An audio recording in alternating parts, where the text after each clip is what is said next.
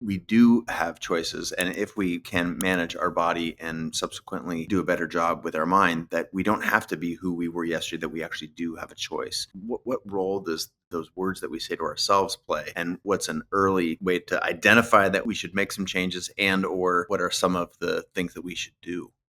I love you picking in here, and what you're beautifully describing, Chase, I is don't know, is it feels fuzzy to me now. no, you're describing the voice of our ego. This Okay. constructed identity that began in childhood, right? Based on the happenings or non-happenings in our relationships and in the world around us. And in childhood, it's really important to understand that from birth until probably about age 7 or 8, we're in what is called an egocentric state of development, meaning we connect all roads, all happenings or non-happenings. Again, I'm really simplifying all the different, varieties of childhood experience that we could have. Though all roads lead back to us. We are the cause of everything that happens or doesn't happen in our world, and we are at the effect of that. So when, say, parents leave or parents act in explosive ways, the only way that our mind can make sense of it, and our mind is a meaning seeker, it is always trying to cut through the threat that it feels in not knowing, the lack of control, and it tries to make sense. And again, we retain, or that begins in childhood at the same time that we're in that egocentric state. So when things happen or don't happen, the way our mind makes the meaning of it is it must be related to us.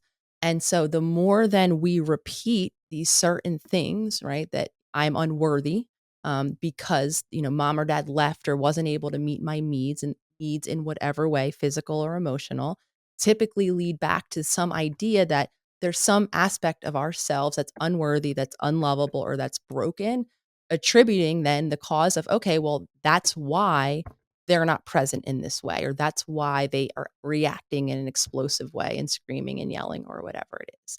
And then that becomes, like you're beautifully sharing, part of our constructed identity, the way we continue to make sense of the world around us. And I'll just use myself as a continued example in terms of this overachieving way of being. So, in absence of having an emotionally attuned mom, not because she was ill intentioned or, she was very well meaning, though she didn't herself have the capability to be attuned to her own emotions, let alone to be connected to me in my own.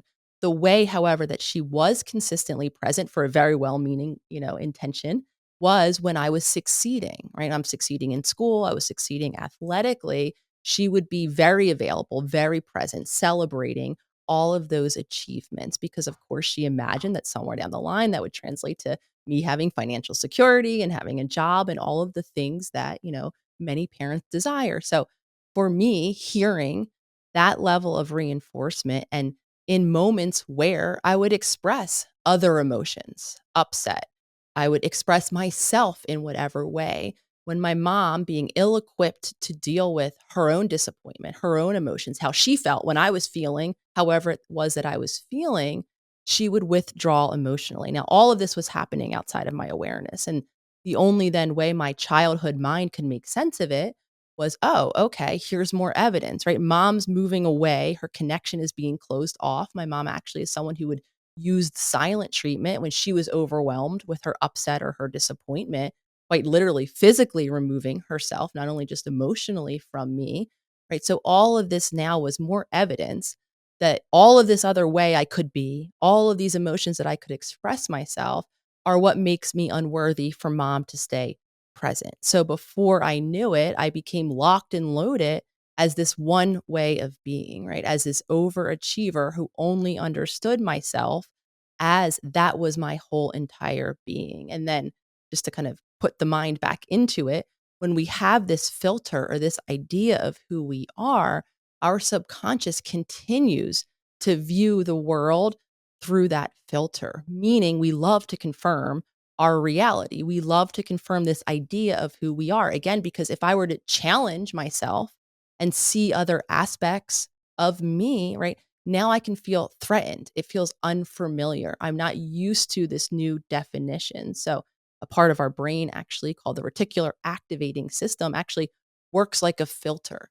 It denies my even attention to all of this other aspect of myself before, like a self confirming machine in all of my relationships.